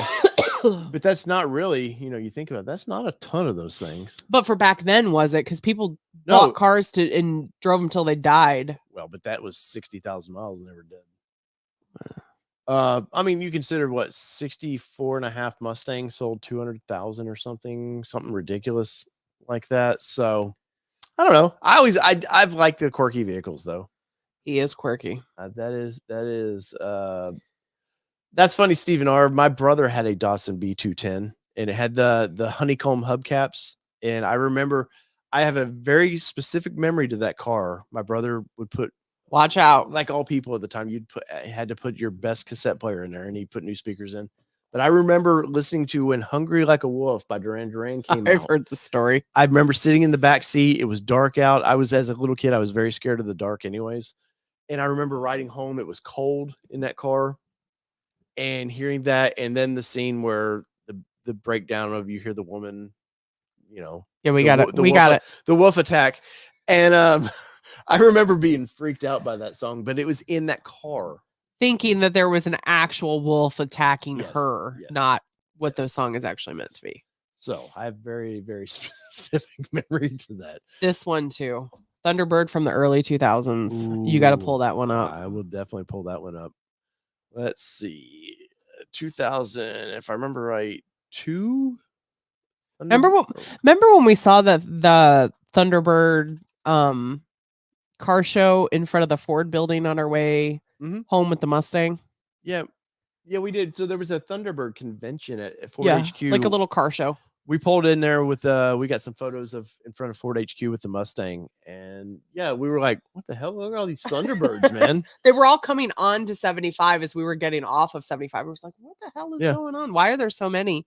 And then we pulled in to the Ford building and found that, of course, they were having a little car show there. And there were tons of, probably the only ones that still existed were all there at that car show that day. I know people that have these. I've seen one of these in town the other day. Did you really? Yeah. So interesting. Much like the PT Cruiser, or not the Prowler, the Chrysler Prowler, it's kind of throwback vehicle, which was starting to get popular by the early 2000s. They put the wrong engines in these things, and this has it's a small V8, but it just didn't act like. And I want to say you could get a V6 in these things as well. I think the car looks great. Someone has a teal one that they bring in all the time. I love it. Yeah, if the early Thunderbirds, this is what they looked like, and with that removable kind of roof with the porthole there for the side window. I mean, I think it's what they call it, the porthole window. It's just silly to me. But I like these things, but it was just like it wasn't enough. Like it didn't have a lot of get up and go. It was a lot at the time period. If you think about, so mid 50s is when this car first came out. It's hot. I think 53, 54, somewhere in there. that generation by 2002 wasn't buying this car, and there was a generation just lost with this. Now the kind of late NASCAR years of the late 80s, early 90s Thunderbirds were popular, and they were little hot rods. But this thing it was just a weird, quirky car that just for some reason just didn't catch on. Was this a bad car for Ford? I mean, sales wise, yes, but I mean, I've never heard anybody really fussing about it. So, Al, you said somebody has one? Mm-hmm. They have a teal one. It's super pretty. Oh, I have seen that teal. Here. I'll pull it up here. So this color? Yep. Yeah. I mean, good looking car. A little long. They probably could have shortened it up just a little bit. But if you think about this the thing, one that comes in has a full white top. Oh, okay, cool. Is it a hard top or a soft top? They're all hard tops. If I remember but right. they could have replaced it with a soft top. No, there's a soft top option if I remember right. That's what I'm saying. Sure Little long. That back end of this car probably is what killed it. Really, just the tailgate of this thing just stretches forever. See that? Mm-hmm. But interesting vehicle. But yeah, that would be one of Ford's mistakes. So I know it's not Ford, but bring up my dad's car. Oh God. And my dad's gonna disown me for this. Oh my God. What year was that? 86. Uh-oh. Yeah, this thing, her dad, bless his heart, thought this was going to be a in his defense, a collector's item. In his defense, he had one like an earlier. No, it was his Chevy that he had. He had like a 55 Chevy and it's like the classic 55 Chevy that everybody loves now and everything. That's not what he had. No, his was the older one, wasn't it? Yes. Yeah. Let me pull that back out. The Buick Riviera is what her dad had. It was his maybe 85 probably. Mobile moto. There it is. Oh, there it is. I can't remember when the body changed. And that may actually be my dad's car. No, I'm just kidding. It had the blue velvet interior. I want to say a rapper or somebody bought this car. I think so too. Out of Nashville. Yeah. This thing was god awful. Just an awful. It was the last of these kind of weird. But let me tell you, it was super comfortable on road trips. Oh, I bet. So comfortable. Because like my sister, because you were laying down the seat, didn't want to be seen. I was gonna say because my brother. No, stop it. No, my brother and sister would kick me out of the back seat, and I'd have to go and sleep in the floor in my mom's feet in the floor. Yeah, when we were driving around. I spent many a floorboard sleeping in the floorboard. But yeah, that was my dad's car. Like he had it as late as like. Seatbelts. Do what? So I miss the days we didn't have to have seatbelts. Yeah. Well, a lot of probably kids don't. I had those days. I used to sleep in the back window because the back windows used to have that big area up there. Yeah. And you think about that now in an accident. Yeah. But I think cars move faster now than they used to. And my grandpa this was her used to dad's. Cram all of us in the back of his Hummer, and like 2 of us wouldn't have a seatbelt, and 3 of us were crammed in the trunk. Every time. We loved it. Well, what was funny about that car is my dad bought it brand new, and he was like, "I'm going to keep this car forever," because he really thought that it was going to be an investment, because he kicked himself for selling his, like I said, 50-something Chevy. And of course they're worth a ton of money now. Mm-hmm. He kicks himself. So he was like, I'm going to get this car and I'm going to hold on to it. And then he held on to it. And then he sold it, probably about 10 years ago or so. Well, gave it away. Basically. I mean, because it wasn't sold worth, it, but worth anything. My dad had a 57 Ford F100, I believe it was, that when we were in Ohio, he didn't bring down with him. He's just sold it up there. And I still pissed off about that because it's that classic muscle-y looking muscle truck. Was fun. What are the ones are we looking at here before we get to we're going to end with the Ford Pinto because you got to end with the best, right? Is that what it is? It's Ty R says thanks for putting this on. Of course. Let's see. I'm looking, but there's still some starred ones. Take a look. There he is. There's Mr. Ford Video Guy. I need you to look at something tomorrow, Tim. You need to Tim, see if you can order a Heritage. Tim, what is your worst? I'm curious what Tim's worst Ford out there that he's Your just opinion. Yeah, and it doesn't have to be worse running. And Just- it doesn't have to be new. It can be Yeah. old. What is the worst thing out there that Mr. Ford video guy thinks? Oh, let's see. Bronco 78 said 66 to 77 Bronco didn't sell that many. Yeah. Hey. No. It's the Bronco. Just saying. No, just say it. It's true though, but I now know, it everybody is wants true. them. Yeah. And when we go to Supercell, there'll be somebody that drug one, just like probably a mirror left. He'll put it on his trailer and go, "Hey, that's $25,000." Right. I'm amazed. And that's one bad thing about the Bronco 6G popping out was now all these guys think, "Oh, I've got this barn find that's just a door and a tail light, $25,000." I don't know if you saw this, Aly, but Matt Clark, he's selling a fully restored Bronco for $125,000, and it's gorgeous. It is beautifully restored, but I'm like, unfortunately, that's never going to be in my price point. Yeah. Never. Oh, so my God, I have to agree. Wait, Big B, he brought out the heat on this one. This is god awful. One of the last of the Land Cruisers, man. The Grand Marquis. Yeah, the big boy that you put your whole family and your house in. You remember the trunks of these cars though? I remember you would see the spare tire in there, and it could be in a full-size spare tire, and it still looked tiny in the back of these trunks. Yeah, because the trunks were massive. You know, you see like the movie Goodfellas where there's that weird dudes in the back of the trunk. They're taking him. They thought they'd done away with him. I don't think I've seen that. And anyways, yeah, and you look and you're like, there's room for like 5 bodies back there. Why'd they just settle for one? But no, 100% these things were land yachts. 100%. Stephen R says, how about the 60s Ford station wagons where trunk fold-up seat face the car behind you? Oh, go back. It was actually just on your last search, I think. Right there. I don't remember. My neighbors had Gavin's parents had one of these. I think you can click on the picture. Well, I was hoping to find something better. Yeah. Yes. So I thought it was, as a kid, I thought it was cool. Theirs was a mid. I forget what was the mid-size version of this car that they did a station wagon of. I cannot remember the name of it. They had more than mid-size one, and I remember it was so cool to sit in the back seat and you're looking at everybody else. But it was also awkward for a kid at the same time because you're a little asshole as a kid, so you're probably flipping people off, just being stupid as kids would do. See, I was never that person. Well, how did I marry you? I don't know. It was by luck for you. How did this happen? But it was always awkward. You would sit in the back of these things, and after a while of being a little asshole, you're just kind of like, well, now what?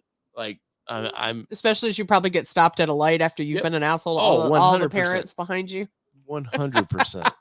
And then I remember, and the mom in the car behind you is like, of course, I've always loved cars, so I remember trying to understand why they built cars the way they did. But I remember thinking, this just seems dangerous to literally be like, if there's a rear end crash.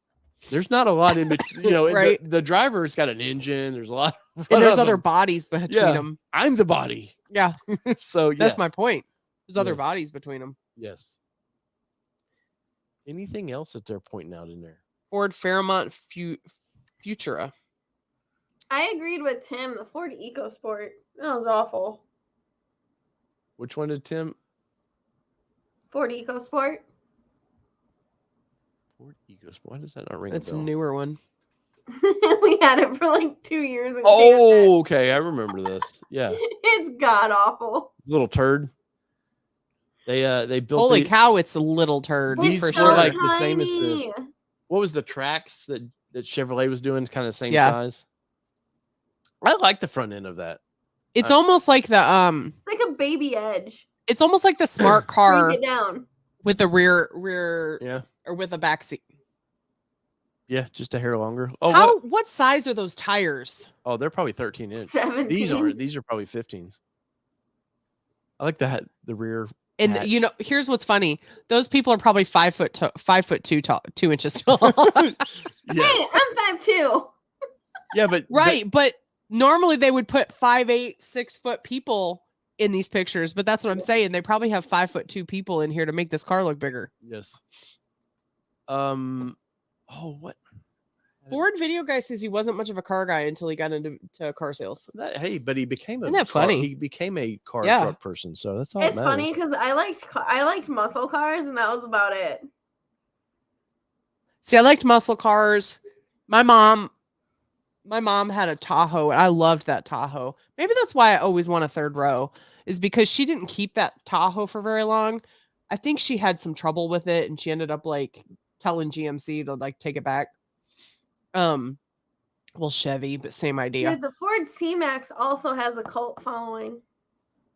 The what does? Ford C-Max.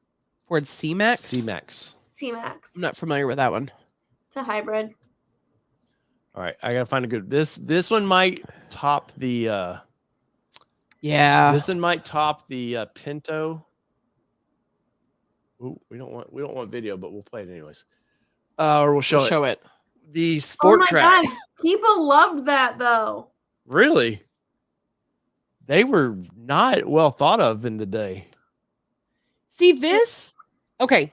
This is a prime example when you say, I want a Bronco truck. This is what I think about. You shut your mouth, woman. No. I'm sorry. It's what I think about when you say we need a Bronco truck. Why do we need a Bronco truck? We have a Ford Ranger. Well, you need a Bronco truck because Ford has created a Bronco as its own sort of brand, sub-brand. That's why you need a truck. They did the same thing with Explorer. No, they didn't. Yes, they did. Ford Explorer. Uh-huh. Exactly. They did the same thing with the Explorer. There was not an enthusiast crowd for Explorers that went, man, I can't wait That's not what you said. You weren't talking about it being an enthusiast crowd. You were saying Ford Explorer has its own branding. And sure enough, Ford Explorer Sport Track is the same. Look, sassy. I'm saying Ford has created, like Mustang is basically its own little mini brand. Bronco now is its own mini brand. They were trying to do the same thing with the Explorer. Ah, man. If Just they were, I don't buy that one. But these things, I see them around town every once in a while. I get it. They were trying to go for that youthful that kind of wants an SUV, but kind of wants a truck bed. That was the early 2000s, the Xterra, everything you need, nothing you don't. That there was this very youthful adventure kind of people were starting to really get out and explore. I get it, but this thing was just no. And this might be second to third for me. Wow.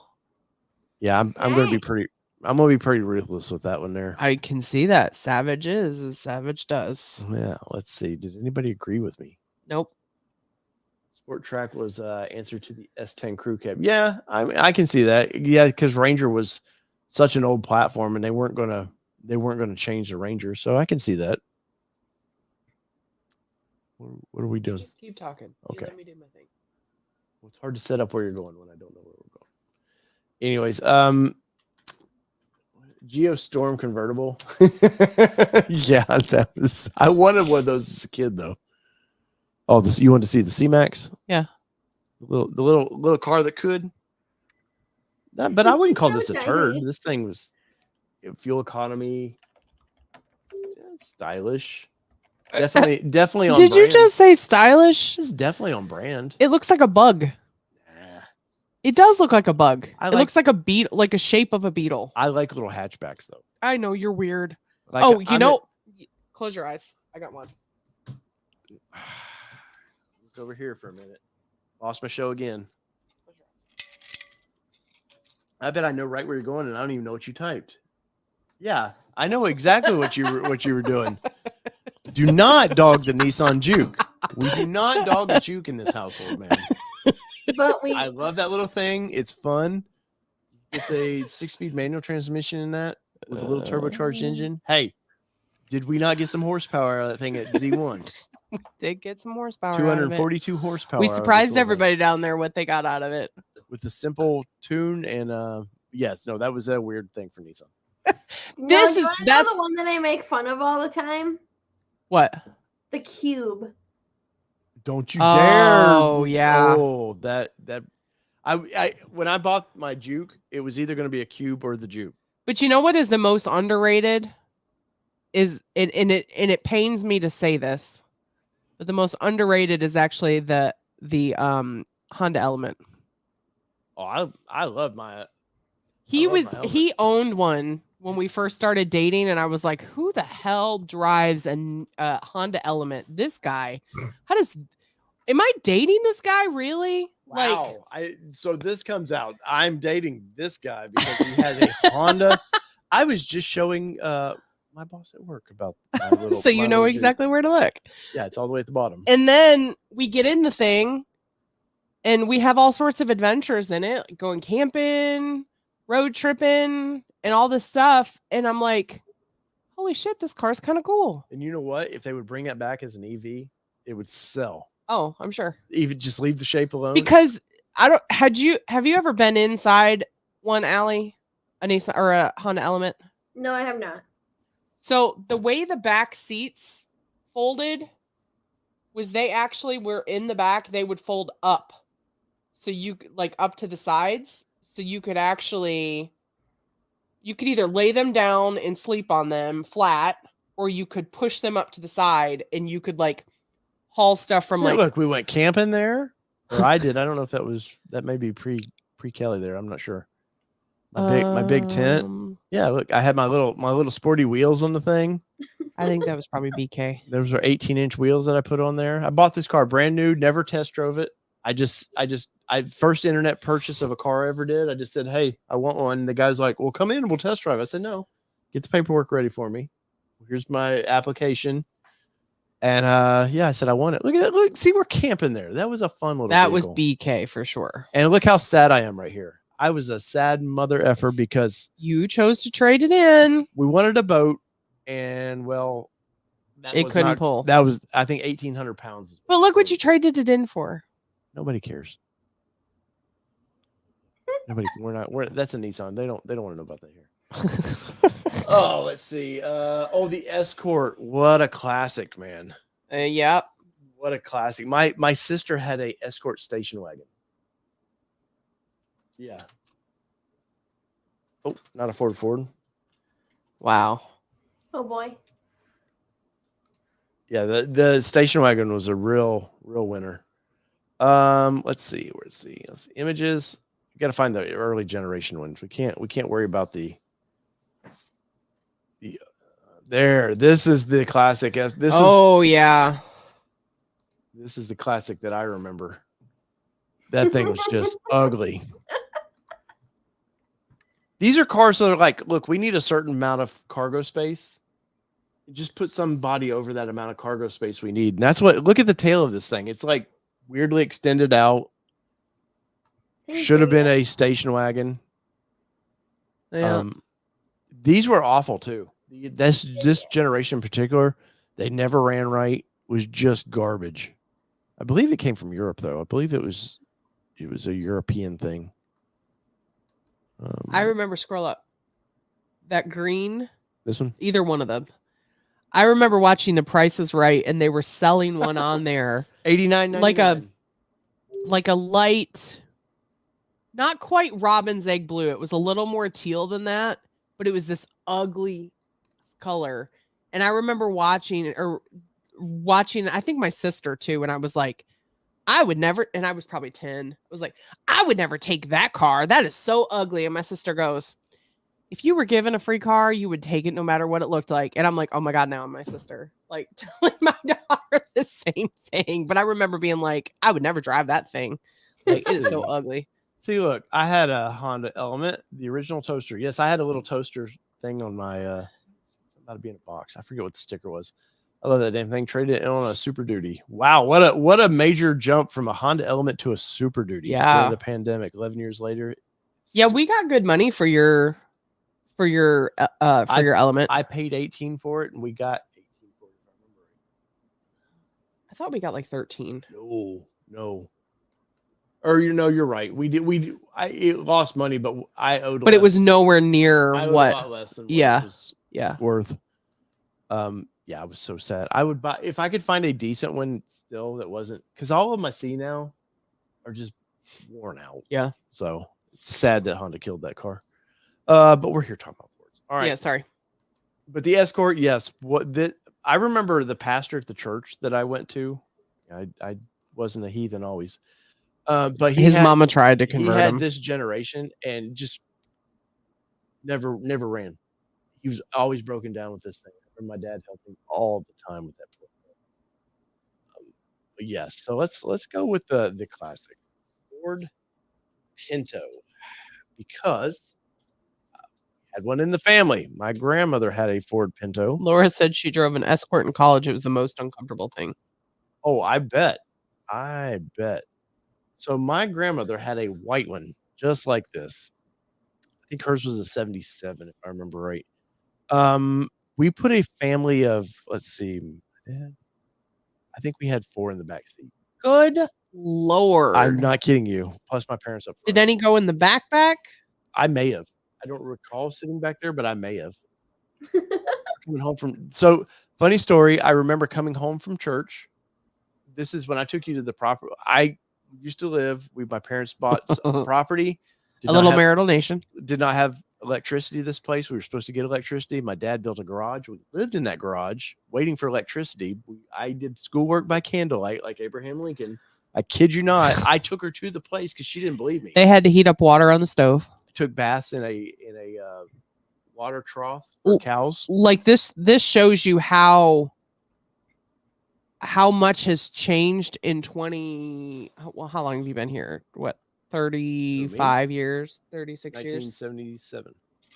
So 37 years. This tells you how much time has changed in like 37 years, because the reason that they weren't able to get electricity on their property is because their neighbor didn't like that they had moved from Ohio. No. Your dad said it was because they didn't like your family having moved from Ohio because you were damn Yankees. We were definitely carpetbaggers, as they would have said back in the day. I kid you not. They would have called us. They did call us carpetbaggers.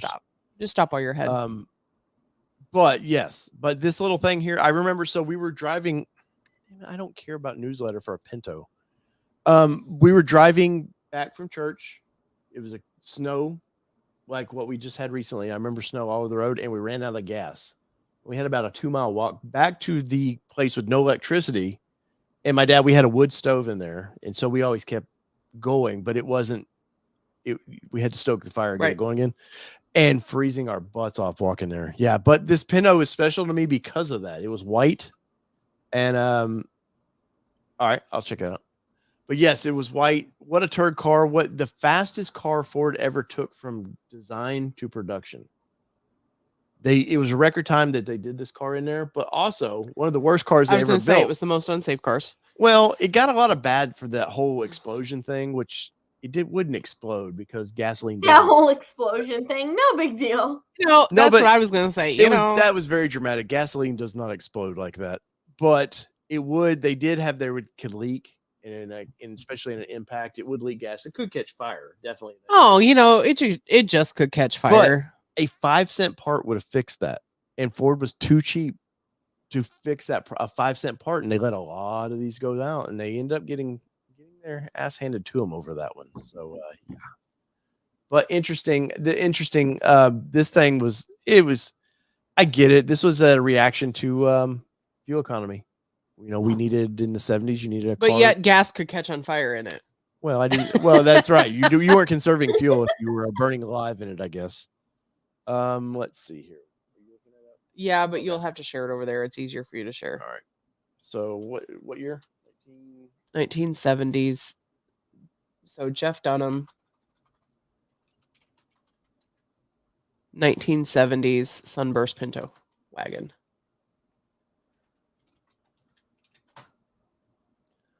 Let's see. Did we get it? Well, I see his. Oh, there it is. See, that's pretty rad. Did you just say rad? I did say rad because it's 70s, 80s. Wow, it's radical, bro. I can't even with you. I would drive that in a another heartbeat. freewheel. Yeah, you would. That's so ugly. Yeah, that's what we're coming up to pick up a Ranger Raptor. The hell we are. Yep. No, I like that, man. Look at the porthole window in that thing. That's crazy, man. That's ugly. And he seems to have a theme with this because he. Yeah, that's what Mobile said. Is he made a van to match? Yeah, there's the van. Now, what?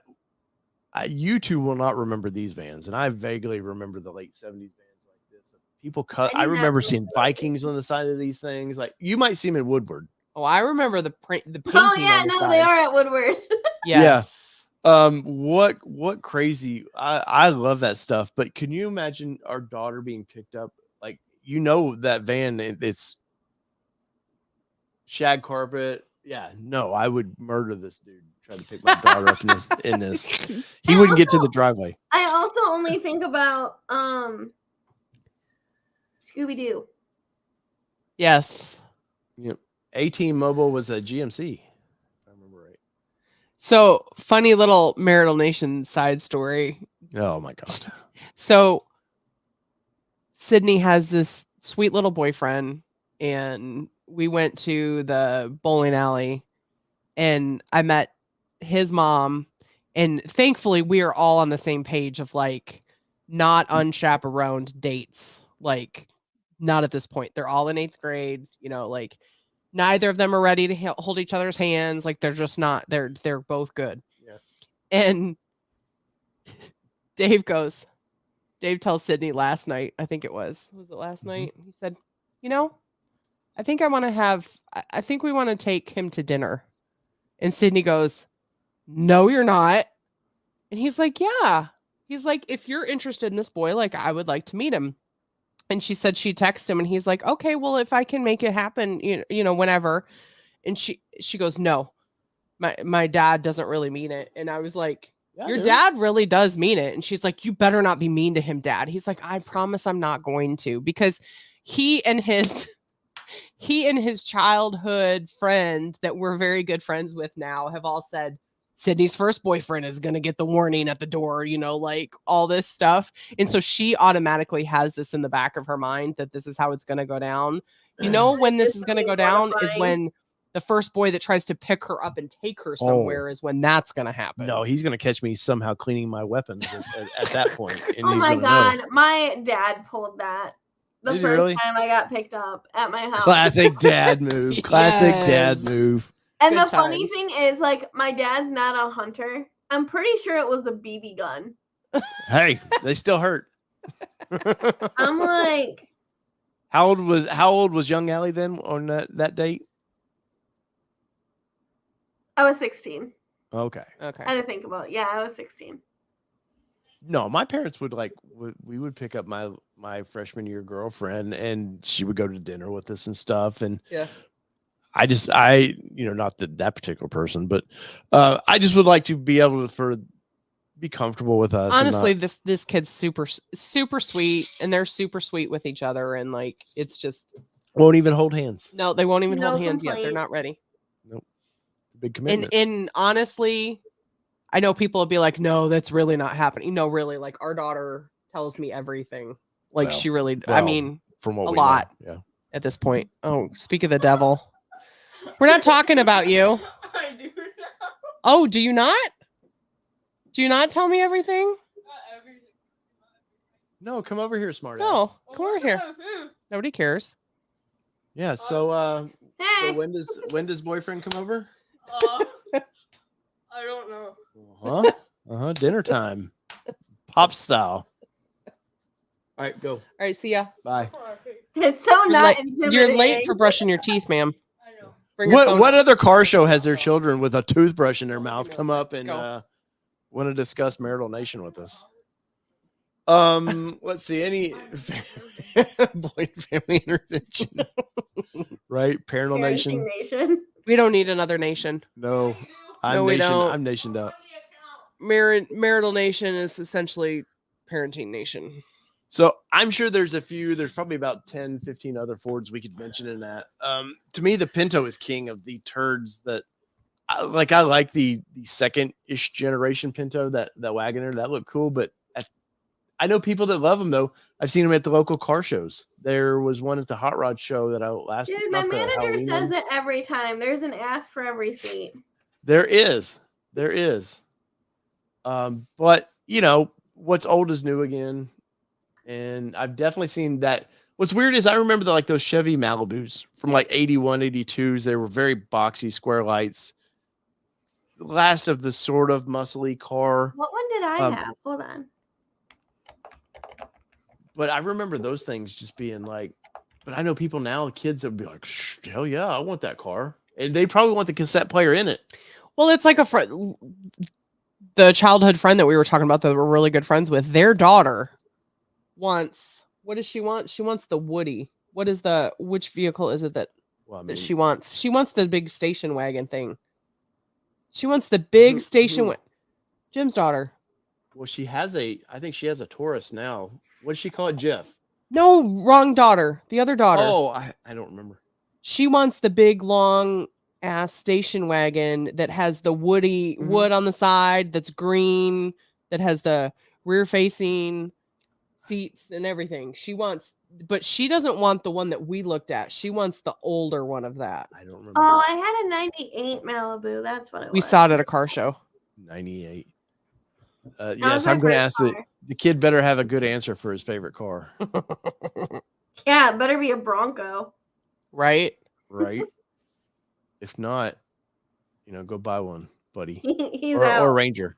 Oh, we got Ranger watch. We gotta get on Ranger Raptor watch here. So let me pull up the old website. We can because I know I'll get asked. Yes, it was the Buick Estate wagon is what it was. Yes, that's exactly it. She wants the green one that has the wood on the side, the wood paneling on the side. I just looked it up. I mean, like the 74. Well, you say wood paneling. There was a lot of like. Yeah, but I was trying to. We went to the car show and Kelly and Jim both were like, "Oh, Haley would totally buy this like right now." All right, so but you don't remember details. It's okay. Ranger Raptor watch 2024 Ranger Raptor watch brought to you by Brighton Ford. Who, if when these get built, I will be at Brighton Ford to pick up said purchase, and hopefully Aly will be there. Because we do know there are time frames where Ally's like, nope, I'm gone for the week. So April 17th, I will not be there. But as of now, nothing seen. The last time it was updated was 210. So nothing. I told here you your week. build date. Oh, did you get I didn't know if that was exact or you just playing with me. No, it's scheduled to the 19th. So 3/19? Yeah. Okay. So 3/19, which is a Tuesday. Looks like. And she did a follow-up statement to that, which we'll talk about later, because we won't talk about it here. But you never responded. I guess I didn't see it. I guess I should pay attention more. Probably. So nothing, unfortunately, to say. I still don't. Maybe middle April, end of April. Who knows? April 17th, I'll be in Tennessee. That's right. And Aly be in Tennessee, and I'll somehow be in Michigan. Weird how that works. Yeah. And Kelly would be setting up at Supercell. Excuse me? It's your Bronco, remember? Pretty sure you probably need me there to sign paperwork. They can do that digitally now. Well, gotta go. Aly just pulled a Dave. Nice job. But nothing, no little green mark in production yet, so we won't see that. Here, Dave thinks like I'm being all sneaky about this. No, it was really just your build date. No, I mean I don't know. You guys are planning something. Nope, your build date is the 19th. Nope. All right, crazy ladies. But next thing we'll see is it'll get close to that production time, and 7 days out roughly the window sticker pops. Between 7 and 10 days. I know our Raptor, his window stickers popped like many. Yeah, it's funny because his wife messaged me when the sticker popped, and she's like, "You were exactly right. We got the window sticker," and I was like, "Yep." And I do plan on doing a new window sticker video because we'll update it with Raptor especially. But there's lots of information you can get from that window sticker. So Jason Leopold asked, Aly, are you still letting me test drive that first Ranger Raptor at Holly Oaks before Dave gets up here? Heyo. Hey, there's only one person who gets to test drive that, and that's Jordan Parker. I don't think he popped in tonight. No, I didn't see him. Well, he's busy skiing. There was mention of him, but he wasn't in there. Pickleball or whatever he does. I know. I saw one of his Instagram stories of him skiing again. Rough life. Jordan's living that post what a tough Bronco life. Nation life right now. So yeah. But that's the Ranger Raptor update. Nothing to, and I, as always, guys, I will keep you abreast of any news I get from over there. You said abreast. I did. Trust me, he's going to tell everybody. Well, it's part of what I do here at ATN. Tell everybody. And this might be the last Ford we buy for a while too. The non-GM Jordan Parker. Yeah. Hey, we were talking some special things with old Jordan as a contributor, so you never know what you might see here on ATN. No, that would be ironic. That was already nixed in the after you left. I know, but that would be ironic, wouldn't it? Yeah. You start with the best and end with the worst. Aly, anything big besides your trip this week coming up? Anything exciting? Obviously, you have a few Broncos that you'd like to sell. Yeah. What's the big seller right now for your dealership? F-150s? I just need to start selling cars again in general. I have another MRI I gotta pay for. That's right. I have a feeling we'll start a GoFundMe to help offset that a little bit coming up. Yeah, open that one back up. Yep. No. So what is actually like flying out the doors at your dealer right now? F-150s. F-150s, yeah. 24s, I am hearing that there was a third-tier part supplier that went bankrupt, and that's causing issues for even Ranger. It's causing issues. So I don't know, but I'm supposed to go to the plant and watch one get built, so I really need Ford to tell me when I'm doing that. So yeah. Hey, dear Ford, I would actually like to see mine being built. You ask for a lot. I do ask for a lot, but I give really back. I give. I'm a giver. But we probably won't keep the Ranger Raptor that long. I was thinking it would be really cool to have everybody sign it under the hood. That would be really cool. They'll call me Dave Leno because I only know if Jay Leno to ever get anything like that. So whether it be two-wheel drive, four-wheel drive, does it matter what they drive, Kelly? Well, it definitely didn't tonight because we talked didn't all wanna sorts drive. of brands. You didn't want to drive. Yeah, we didn't want to drive tonight. So this has been your All Terrain Nation, and we're out. Peace, everybody. See ya.